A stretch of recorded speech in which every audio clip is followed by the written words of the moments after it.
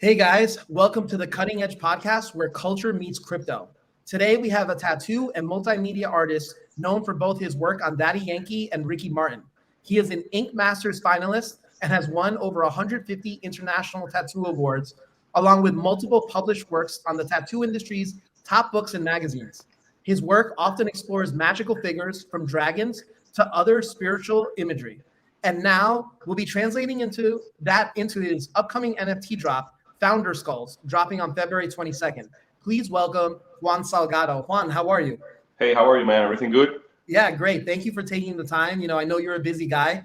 I live in Puerto Rico, and I'll say this: although I didn't know who you were, and we just met for the first time recently, I've always been a big fan of your work. So for those that don't know, Juan owns Color Conspiracy, which is a big tattoo parlor on Calle Luisa, which is it's like I'd say it's like one of the coolest streets in San Juan, right? It's very like when I think of it, it's like very hipster. Like there's graffiti on all the walls, and you've been there. I've been here now for 5 years, and you have been at that spot since before I got here. So how long have you had that spot for? Yeah, I've had that spot like for 7 years and a half already. Right. Yeah, and like I consider. I saw the boom. Like I like in the past, it used to be like a difficult street, Yeah. like a dangerous one to walk on, even, Yeah. But I all of a sudden I saw like the boom of the growth, and I took interest in the area. That was like 7 years and a half, and right now it's probably one of the busiest areas of Puerto Rico, man. Yeah, and like to your point, when I moved here, I remember like I moved to like King's Court, so I a couple blocks down the street. So I always would walk down Louisa like during the day, right? Because at a certain point, like you didn't want to go too far down the street, but now you can go really far down the street. There's tons of like nightlife and like bars and restaurants. It's so alive. Like I love it, like, and you have been one of the central pieces of that since the beginning, since when I got here. Cool. So yeah, I really think that's awesome. In researching your work and like your history and how you got into the space, I found that you tattooed yourself for the first time. Yeah. Can you tell us that story a little bit? Yeah, I mean, I think it's something that most tattoo artists do, like for the first time, because you want to try it on someone, and who better than yourself? You know what I mean? Mm-hmm. So yeah, man, I did a star. It's a red star. I got in my ankle. And I always say that it's the beginning of the revolution. You know what I mean? Yeah. And it's so super significant because it's a red star. It's a symbol of the revolution. Right. Yeah. So yeah, man, that was like almost 20 years ago. Wow. Okay. So I did that to myself. I've always been an artist. Okay. I've always been interested in art all my life. But all of a sudden, I always say that tattooing chose me because it literally knocked on my door. Right. Yeah. What? How? So this is how the star begun. I got a friend from Boston, a childhood friend. I haven't seen him in a long time, like probably like 8 years, because he left Puerto Rico. Mm-hmm. And I started getting into tattoos, like getting tattoos for myself, but I haven't been able to do tattoos because at the time, like 20 years ago, you couldn't just go to YouTube. You know what I mean? You couldn't just go to YouTube and learn how to tattoo, and also you couldn't get like an apprenticeship either that easy. Mm-hmm. So it literally like came to my door. Like I hear a knock on my door one day. I open the door. It's my friend I haven't seen in a long time. He got long hair, like he's all tattooed. I'm like, hey bro, I got tattoos too. And he's like, yeah bro, I'm tattooing in Boston. I'm like, you bring your machines? And he's like, hell yeah. And he just brought the machines. Like we didn't even catch up. You know what I mean? Like we didn't even have a conversation. He was straight up like, I haven't seen you in 8 years. Bring your machines. So we set up the machines, and I just tattooed that star on me. I'm like, I think I have this. I think I could do it. Wow, that's awesome. And so I assume growing up, you were always an artist then, right? You were always drawing. Yeah, man. Since I have use of reason, I've been drawing. Like my brother tells me when I was 3 years old. That he gave me a pencil because he's older than me. He gave me a pencil, and he saw like the wonder, like a spark in my eye when I understood that I could translate stuff from my head to the physical world. You know what I mean? Oh, that's awesome. Since that moment, I've been drawing all my life. I used to be like a super shy person. I couldn't look people in the eye or anything like that. And I think art got me through all of that. You know what I mean? It was a way for me like to cope with the world and all of that. So it all started from that. I mean, I've always been drawing. Like my mom saw I had a talent, so she put me in a couple of art classes, you know. Yeah. And then in high school, I found out in Puerto Rico they have an art high school. It's here in Santurce. It's called La Central de Artes Visuales. Okay. So I found out about that when I was in ninth grade because I was in like a Catholic school. Okay. I'm like, I don't like this, you know. So I myself in ninth grade, I decided to change schools, and I joined this art school and changed my life forever, man. Like, oh, that's amazing. Because all of a sudden, you know, in the other schools, you were cool if you were like head of the volleyball, the basketball team, or you were a cool dude. Like in this school, you were cool if you were good in art. Right. Yeah, and that's like I think that's super interesting because I was just thinking that as well. Right. Is that growing up, right? Like you didn't find out like, holy shit, like I want to be a tattoo artist. So you were like 19 or 20. Yeah. It wasn't where like you got into it like really young. And like a lot of times, like, you know, because I'm sure like our parents, you know, I'm Latin. So my parents were always like, you know, you have to get a good career because you need to make money, because you need to provide for yourself and all that. And like my parents, like, of course they would get me to try to like, you know, be artistic and stuff, but that would be like a hobby, right? They're like, that's a great hobby. You have to do this for money, right? So, you know, I think a lot of times too is like, you know, your parents are, because they're looking out for the best of you, at least mine were, they would try to push me into things as like, we know that this will be a good decision for you long term. So I think it's super interesting that, you know, you were able to go and nurture that creativity really early on without really knowing like, you know, where is this going to take me, right? Like, because even you and I are both the same age. Yeah. You know, when we were like teenagers, like tattoos were cool, but they weren't like what they are now. You know, like, you know, like now, like everybody will have a tattoo and like people will tattoo their whole body. But like, I think when we were teenagers, like, you know, people would have like a one-off tattoo, right? And then like, I want tattoo. I mean, to see something like this, like a sleeve. Mm-hmm. Back then it was that weird. Didn't happen. Yeah, that didn't happen. Yeah, and now everybody, it's weird to not see that now, right? Right. So it's very different, right? So how many tattoos do you have on you? On me, I lost the count a long time. I got like both sleeves. I have like both leg sleeves. I got a couple of things in my back, a couple of things in my chest that I'm getting rid of to make new art. Okay. So I got both feet, both hands, a little bit of the neck here. Yeah, I mean, I have like a little tattoo here too. I mean, I lost count. Right. I mean, that's awesome, you know. But so then I guess my question I have is, how did you find your style? Like, because you know, like your style is very unique and very colorful and beautiful. Like, how did you come to that? So I think styles, you don't find them; they find you. Like you gotta do whatever you think is gonna look the coolest, the best idea for the project you're doing. And the styles comes out of that, you know. Like I believe like doing your best and learning from yourself and having a goal on a vision you want the art to be like, you know, that's the true style. Like you can't fall a slave to that, because there's a lot of people that just lose passion in their work because they're always looking for the style, and all of a sudden they create these rules and they're like slaves to those rules. Right. So I believe like style is something that it's for the spectator. I'm just doing the best for the imagery, you know. Right. Like I don't complicate myself with that. So I mean, I just found it like studying all styles and taking the best of each one, and make this Frankenstein of style that everybody calls my style, but I don't even see it. You know, I just do whatever looks cool for me. Right. No, and that's awesome, right? And I wanted to ask because I thought about this earlier. Did you grew up in San Juan in Santurce? No, I grew up in Bayamon. Okay. It's super close, you know. But basically, all the hangouts and all the parties and all the art exhibits and the art movement per se was in San Juan. So I actually studied in San Juan. So like as a kid, I grew up in Bayamon. You could say I grew up in San Juan because I was studying here. So right, yeah. No, it's always funny. So coming from New York, people are always like, I always laugh a little bit because in Puerto Rico, people will be like, oh, Bayamon, or like some places like really far away, and it's like, that's like a 10-minute drive. I'm like, exactly. It's not far away at all. You know? So I always laugh about that. Like, you know, I go to Cabayamon every once in a while too, right? There's some great restaurants there and stuff. So I mean, you could drive from point A to point B in Puerto Rico like in 3 hours, basically. yeah, So no, it's not a big place. yeah, but then sometimes it's funny because sometimes you're like, oh my God, you're gonna go there and back in one day. I'm like, it's not that bad, you know. It's like you drive further in the States, maybe because everything's so much farther. But Of it's course, funny sometimes being on an island. You know, when you take a look at like the relative size, it's like when you look at it, you're like, it's not that bad. But yeah, no, I think it's really funny. But yeah, that's awesome. So yeah, I want to talk a little bit about your appearance on Ink Masters.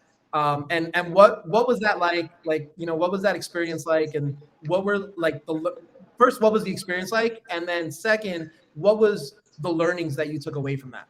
So, I mean, at first, I mean, before doing the show and before being like known and all of that, I used to be like a really, really passionate underground artist.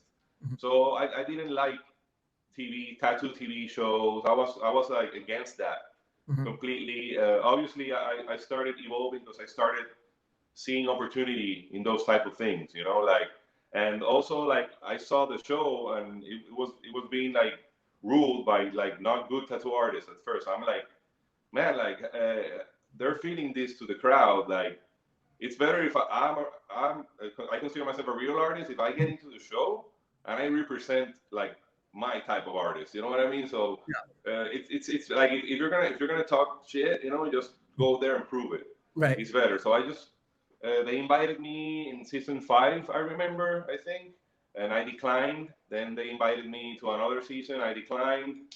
Then they invited me again. I don't even know how they kept inviting me, but they invited me again, and I started seeing the opportunity in it. I'm like, like I've basically done everything in tattooing. You know, I've won a lot of contests. I've tattooed a lot of celebrities, but I haven't done this type of competition. And since I'm a competitor, like it's in my blood. You know, I love competition. So I'm like, you know what? I'll do it. I'm just gonna go and prove myself there. You know, whatever. Yeah. So man, I decided to do it. They declined that time. I don't know if it was to show me a lesson or something. but then they're like, okay, let's do something. We won't take you for season 9, but say yes to season 10. I'm like, okay. So I did season 10, and it came in perfect timing because the hard part for me would be, I mean, I'm booked for 2 years. So like taking 3 months off, it's a craziness, you know. Right. It's a logistical craziness. So Hurricane Maria came to Puerto Rico.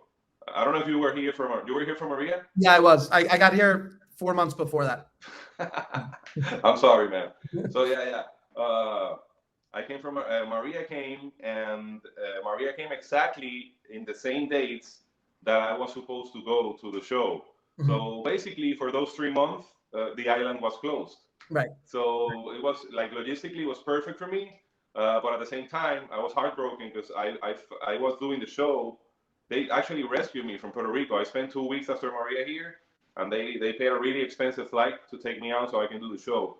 Right. So I had a lot of mixed feelings. Because all of a sudden I'm competing, but my head is not there. My head is in Puerto Rico because for me, I have lost my business. I've lost my house. I've lost where I was going to live. I thought I had to move from the island. So it was a weird mix of feelings that I think helped me during the show. Because man, let me tell you, the show is super stressful, bro. Right. I mean, you're living with 24 people in the same area, like actually in the same room, like bunk beds. You know what I mean? Like the military. Right. Yeah. So I'm a grown ass man. You know, I'm already made, and all of a sudden I'm there sleeping with people like after a hurricane. You know, so it was stressful, but at the same time, I didn't feel I had something to go back to. Right. So that kept me in the competition, and that kept me very focused because I'm like, this is what I have to do. I don't have to do much else right now. So let's compete. So yeah, man, I love the show. To be honest, it was a little harsh to understand that it was a show. Like part of it was a show too. You know, like it is a competition. I can tell you it was fair and square with the tattooing. But obviously, they take other things in mind as well. I wish I would have known that before doing the show. I would have been crazier. I would have flipped tables and all that. But I wanted to keep my cool because I was representing the crowd of Puerto Rico. My island. I'm super in love with my island. The people here love me too. and I did all the competition for them. Like in every season, I was talked about Puerto Rico and how I wanted to bring glory to my people and all that. So yeah, man, it was a crazy experience, but at the same time, I loved it because it made me fall in love again with tattooing. Wow. You know, Okay. because the competition was really harsh, you know. Right. And I've been tattooing, when I did the show, I've been tattooing for 14 years, something like that, 15 years. And I was competing with kids that have been tattooing for 3, and they were making my time hard, bro. They were badasses, bro. I'm Right. like, what? You know, and then you gotta do these kind of competitions so you can measure yourself, like where you are right now with today's artists. You know what's happening. Right. Yeah, So yeah. it humbled me. It made me like go back to my fundamentals and work on my outline again, work on my shading again, work on the longevity of my pieces.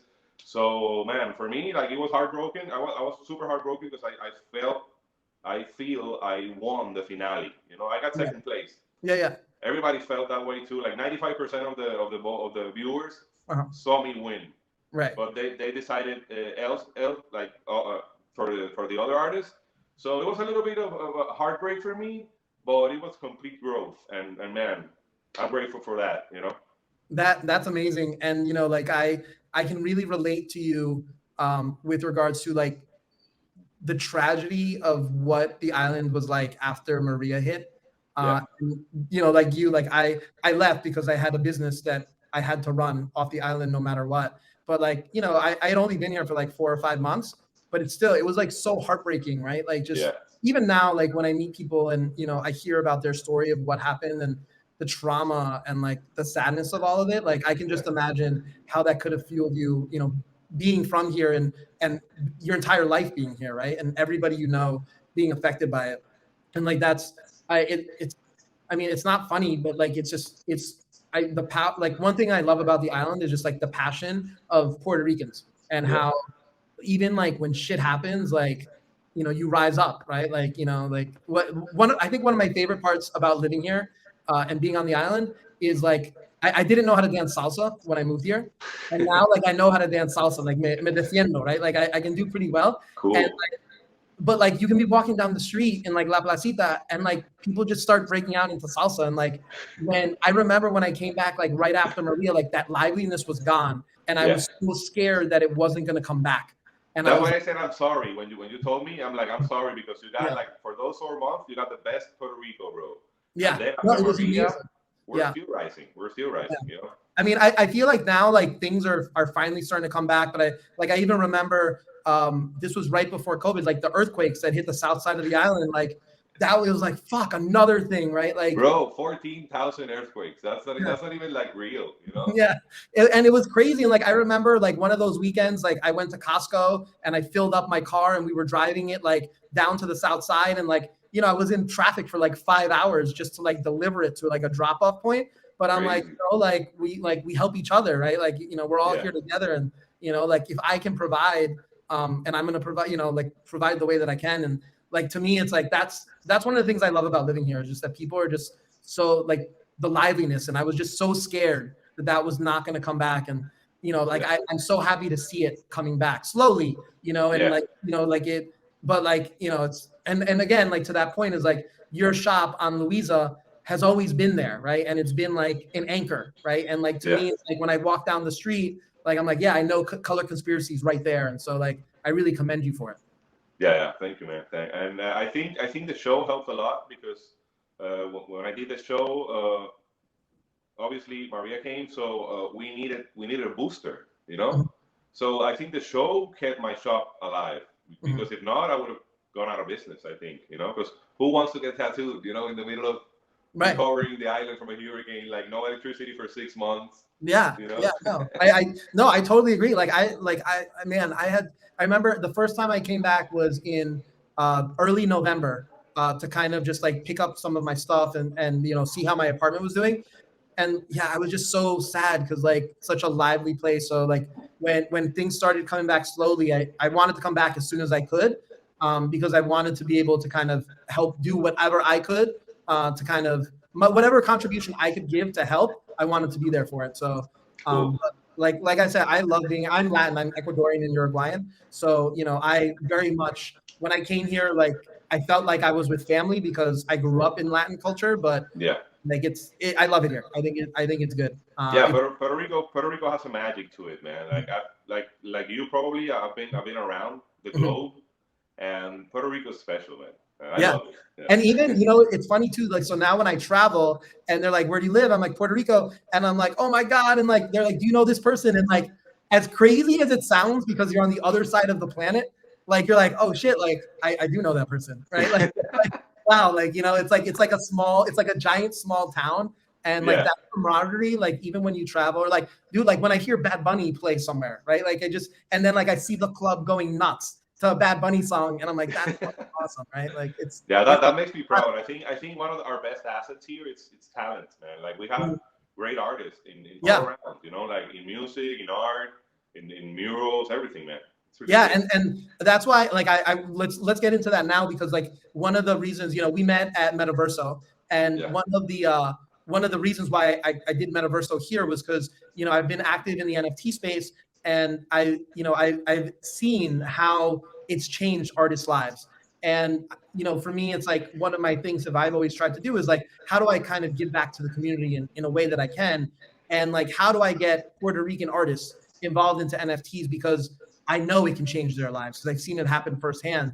Like, what are your thoughts with how do you think and how have you seen NFTs empower the community in Puerto Rico?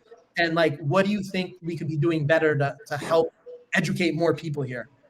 So man, I think a lot of people are interested, like to the level that I was known as the tattoo artist, and now when people stop me, you're like, hey man, you're the NFT artist. You know what I mean? It's to that point. But definitely, it's in a level that we need to pursue education right now. Like all the projects I'm gonna do from now on include a lot of education beforehand, Right. just so people can learn. You know what I mean? Because I mean, NFTs is it's not even the future anymore; it's the present. So Right. the people they have to get up to date. So I think I'm not doing this to sell collections. I'm doing this to actually help people. Right. Yeah, no, and I love it. Like, and one of the things that I felt the best about the event that we did was not only did we raise a bunch of money for charity, but like I had artist friends that 6 months before I was like, hey, have you ever heard of NFT? And she was like, no. And I'm like, let's mint your first one. And she's like, oh, I don't know. Yeah, it's so intimidating. I'm like, no, we're gonna help you mint the first one. We're gonna teach you the minting process. We're gonna walk you through it.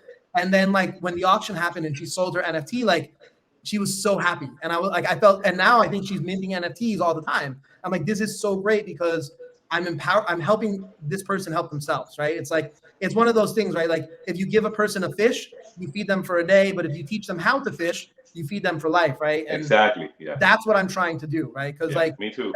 that's the way you help the most people. For sure. And you help the community, Yeah, because education doesn't help me; it helps everyone right. right now. So I'm looking at it like that. I'm not being like egotistical or individual about it right now. I just want to make I just want to make it work. I just want to make it run. I want to use like all my capabilities and all my reach Mhm. and all my crowd because I want to show them. Right. Yeah, and that's amazing because I think when I heard that you were getting involved in like Bikismo and like I was like, oh man, like I love these guys. Like I walk down the street and I see their art, and now the fact that like they're coming and they're going to be part of Metaverso and they're doing NFTs, like I was like, this is fucking great because I know a lot of people look up to you guys in Puerto Yeah. Rico. So I've been super happy about that. What Cool. what did you? How did you find out about NFTs and what intrigued you about it? Man, I mean, I think the first one that told me was my brother again. My brother's a genius. He's like he's an engineer, and he's always been like adelantado. How do you say? Like at the forefront. At the forefront. Yeah, yeah. So he was telling me about it for a while, and I'm like, eh. And I got a lot of friends that are clients as well that they were into crypto and all of that. So I think it all started from conversations with them.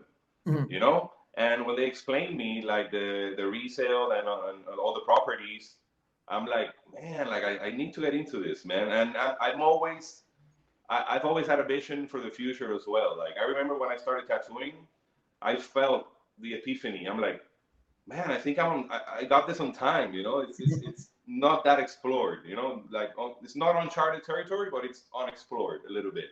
So to be honest, when I started like learning about NFTs and all of that, I felt that same like epiphany joy inside. You know what I mean? Yeah. So man, it just blew my mind. You know, and obviously, like a lot of people think NFTs are art, but I see it more as a concept. You know, like we're using art to teach the concept, Right. basically. Yeah, no, and I totally agree. I think that that's the right way to think about it, because everything is an NFT, right? Exactly. So art is just one thing, just the same way that art is one industry in the real world. You know, digital art is going to be one industry in the digital world. So I think that's the perfect way to think about it. And again, just like you, I'm trying to educate as much people because I can only think of so many things, right? Like I can be like, oh, that's a good idea, that's a good idea, that's a good idea. But if I can help people understand, 100 people understand, then that's 100 people thinking of new ideas that I probably would have never thought of, right? And so I think that that's the collective experience that we want to kind of get the world to embrace the technology. Yeah, I want people to get into the water. Like I compare it to surfing. Like you gotta get your surfboard and you gotta get your waves, man. Because if not, you won't understand the ocean. Right. You know what I mean? Yeah. So it's something like that, like NFTs and then buying NFTs and all that seems difficult. But once you're in, it's so easy. It's, you know what I mean? Yeah, no, so, I agree. So it's basically that, like the advice I can give to people is just, man, like test the water, get in the water, don't be afraid. You know? Yeah. Yeah, and to that's why I try to give, like, I'll give away like an NFT to people. Like, you know, it's not valuable or it's not like an expensive thing, but it's more to be like, this is how easy it is. And then you just figure it out from there. It's like we all, like, as humans, we like to collect things. We like art, right? Like we're naturally creative. So it's like, how can I just sprinkle a little bit and then you can kind of run with it, right? Because exactly. like to your point is like you need to get the reps in, right? Like you need to get the time on the board, right? Like I've never surfed, but I can tell you, like, I don't understand the ocean the way you do because I've never surfed, right? And exactly. reason, right? Yeah, and also I see like NFTs are super addictive too. Like I compare the feeling of buying NFTs to the feeling I had when I was 9 years old, 10 years old. They took me to the toy store. You remember that when you bought your Ninja Turtles and all of that? Yeah. You know, it's super exciting, man. I really like it. Yeah, no, I totally agree. Or like even like opening like a pack of baseball cards, right? Like exactly. You don't know what you're gonna get, but you're hoping you get like your favorite baseball player. It was really cool, and that's what I think that people understand, and it just it just sparks people's imagination to start thinking, okay, what's the next thing we can do with it? I mean, I think anything could be an NFT. I was in Twitter the other day, and they were joking about, you know what, the note that Kanye West did?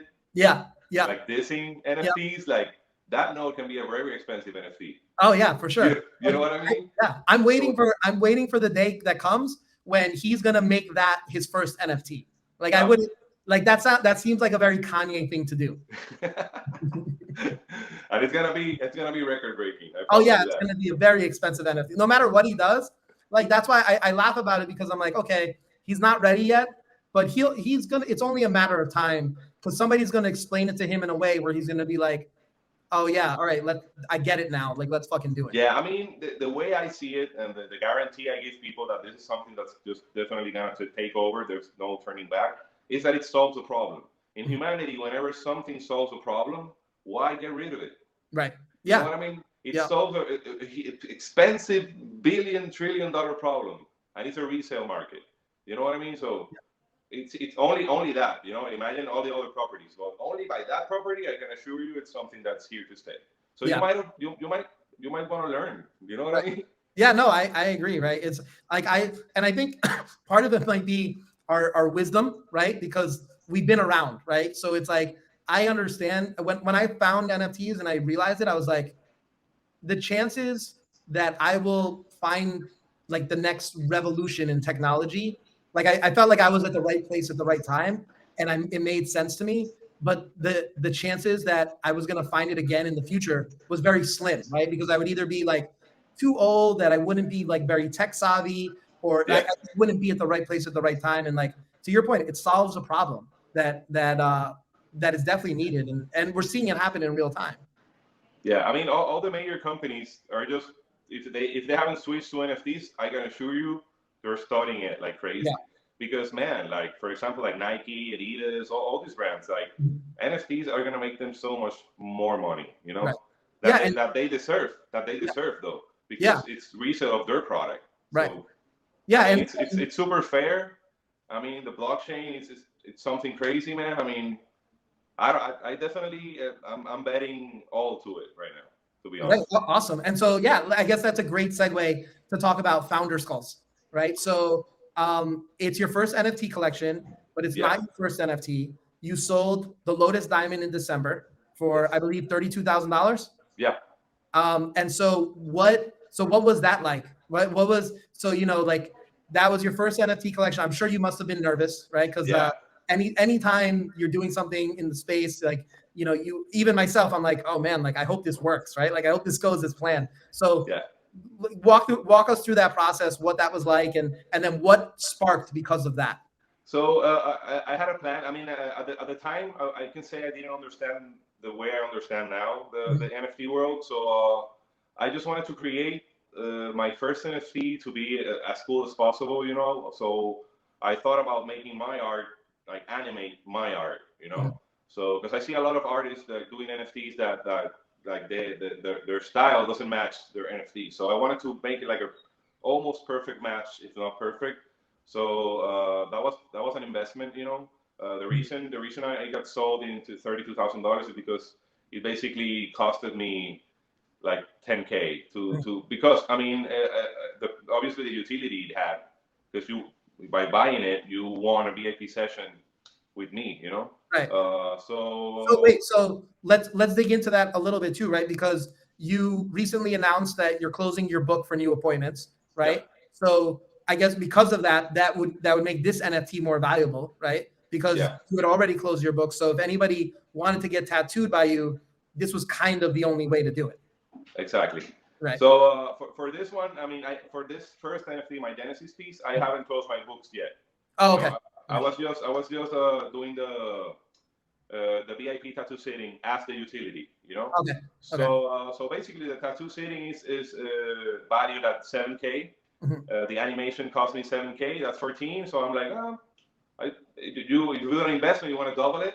Right. So I started my floor price at 7 Ethereum, bro. Like I believe it was a huge mistake. Like now I understand it's a mistake, Uh-huh. but at the time I didn't understand. I didn't get it. Right. Right.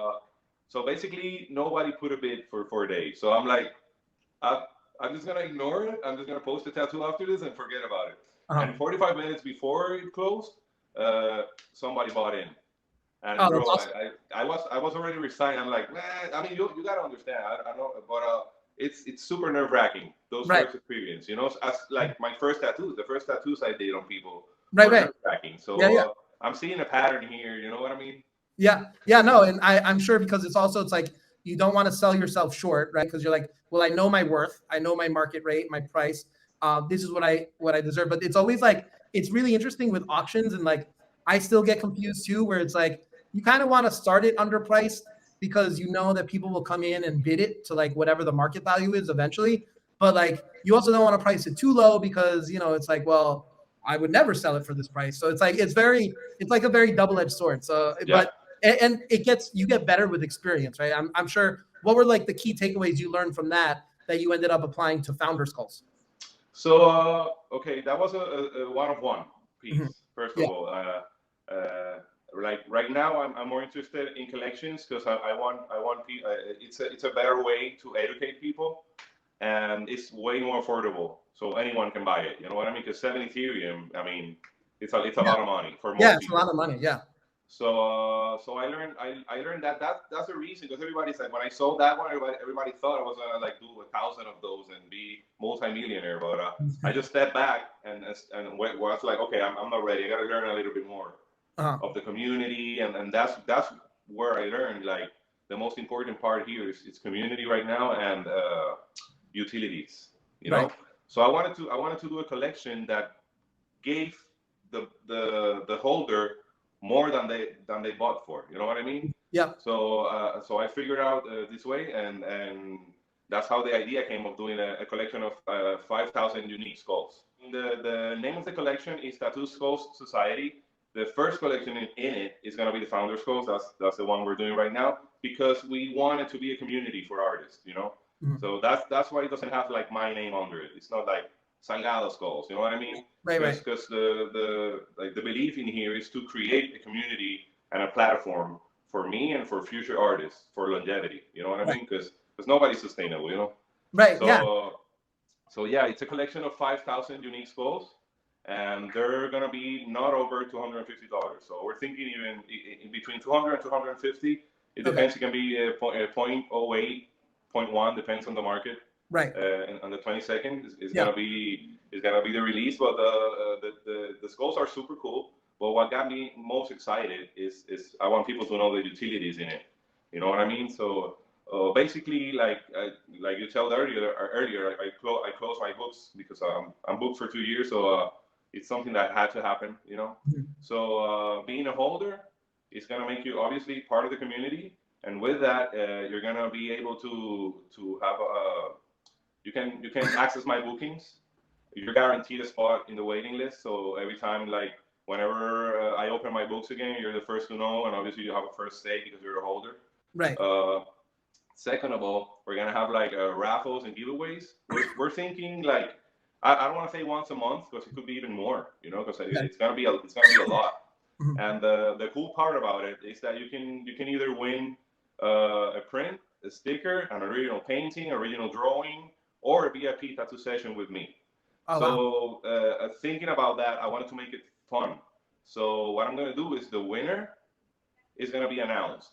So you're gonna have a winning lottery ticket. So and you have 5 days, so people can bid on it, offer you, or you can either like save it and redeem it with a VIP tattoo sitting. You know. Oh, that's awesome. That's really cool. We're also gonna do like one annual event here in Puerto Rico. It's a huge event. We actually have a great team working on this, and we have a really amazing event planner. He's done like huge concerts in Puerto Rico and all of that, so he's working with us. So we're gonna do like one annual party for all holders, and maybe we're thinking like having like art openings and all of that. And every holder is going to have discount if they want to have paintings in the activities. You're going to have a 15% discount in any tattoo or any artwork you get by me if you're a holder too. So This is a very, very fun way so people can feel they have like a winning lottery ticket every time. Right. You know? And if you're a holder, you can just keep on trying to win. Right. And if you buy 20, 30, you have more chances. Yeah. More chances to win. So yeah, man, I'm just thinking of how can we can make this fun, how we can make this like interactive too. Like we're building a website, it's almost done, where you can actually like interact with your NFT, and all of that. It's coming, so I'm super excited. No, that seems really cool. I definitely want to go to the party.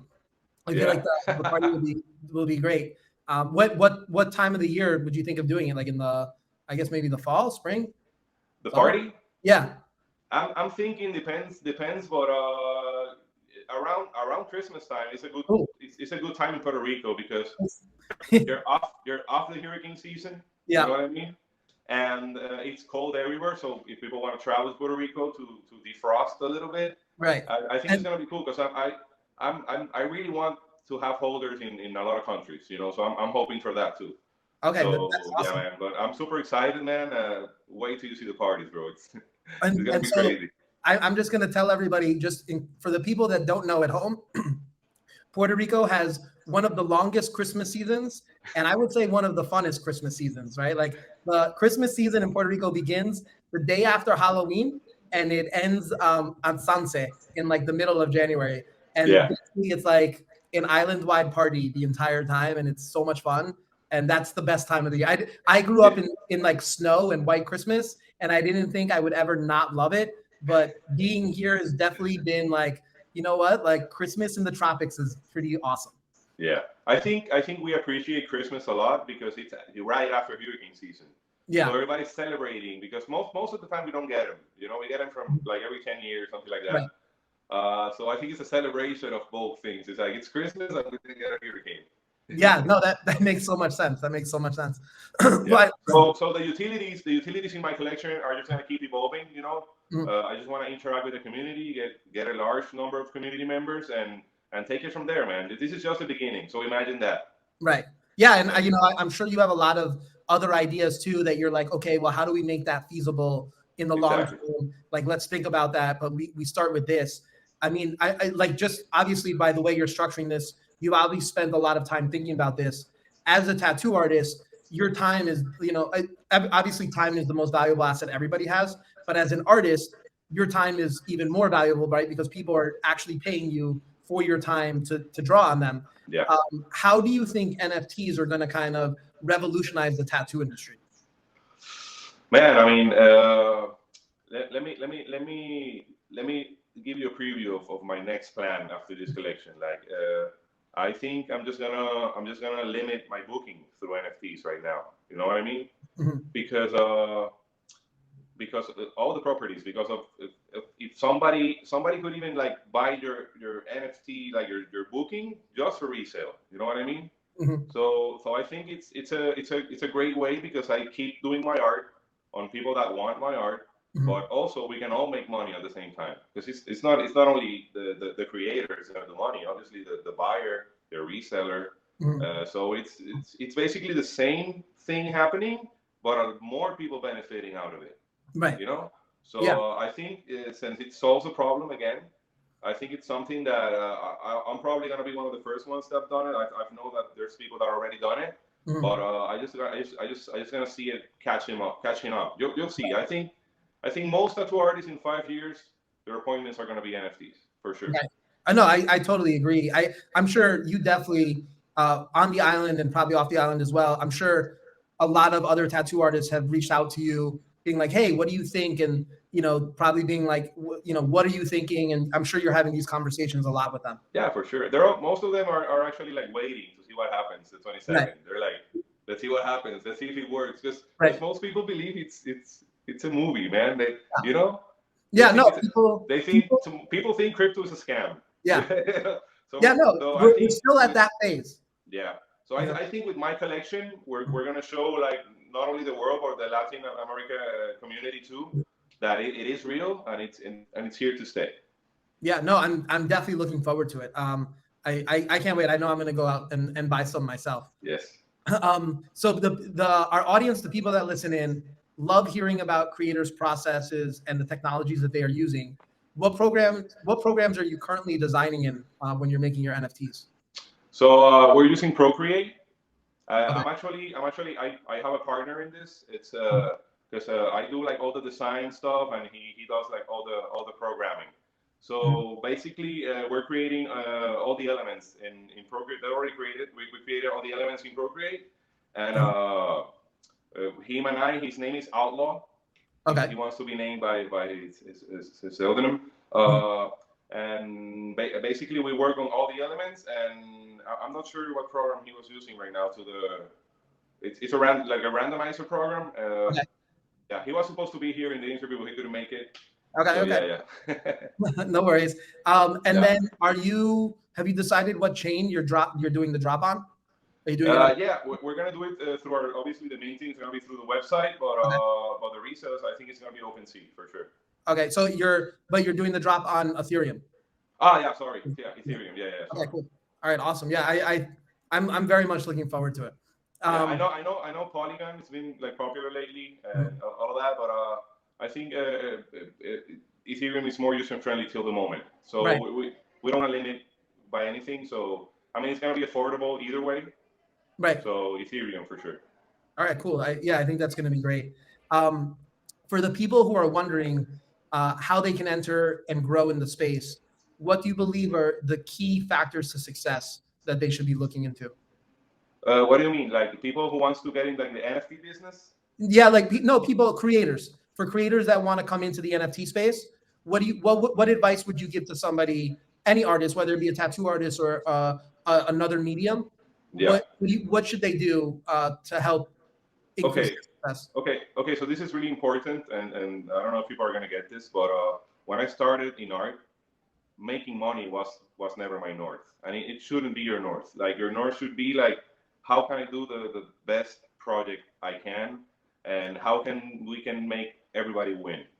So if you're going to do a collection, I encourage you to, but think about the community, think about the buyer, and think that people, the art is super cool, and there's a lot of art collectors, but people want to see, want a little bit more. I think the utilities, you got to focus mostly on utilities. I would say, I don't want to talk percentages, but maybe like 30% art, 70% utilities. I would say, just make it fair.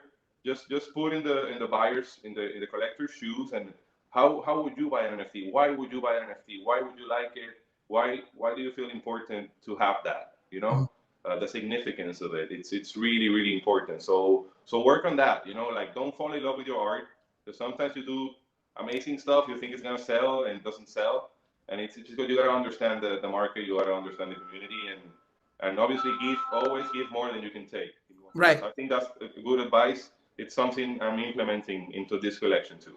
Yeah, and it definitely shows, right? Because you're definitely underpricing. You know, the initial thought would be like, oh my God, like I would never sell anything for this price because it ruins my brand or whatever. But I agree with you that allowing your community to experience that upside is going to be good long term, you know, and Yeah. I definitely agree. And, you know, I know we're coming up to the top of the hour. I don't want to take too much of your time anymore. I'm really appreciative of everything that you've given to us already. One last question before you go. What's your favorite NFT that you own? My favorite NFT that I own right now, I have one of the Bible pills. Okay. And I love it because they give me offers every day for it, and I'm not selling. Right, that's awesome. I love every day, bro. I get an offer, so that's awesome. 5 pills. Okay, that's great. And so, for people that want to learn more about the drop or get involved, what's the best way? What's the best place to either reach out to you or follow you or So we have an Instagram. It's Tattoo Skullz Society. Skullz with a Z, with a Z. How do you say that? With a Z. Zeta. Z. Yeah. Yeah, and or you can go through my Instagram. It's Juan_Salgado. I would prefer people to go through my verified accounts because to avoid scamming. You know what I mean? So I'm working on that Instagram, but I'm also going to be posting everything through mine. And also, I decided to use my own Twitter because of the same thing. You know. I'll make sure to put the links in the show notes so that people will have the sites. But Juan, thank you so much for coming on the show. I really appreciate it. I love everything that you're doing for Puerto Rico. I hope we can maybe collab together on something and help do something for the island, because that's something I really want to focus on this year. And I love everything that you're doing. And, you know, maybe one night we grab a beer in La Placita. Yeah, bro, let's do it anytime. For sure. But thank you for coming on, and everyone, thank you for tuning in. Everyone, thanks for tuning in, and, you know, we'll see you guys next week.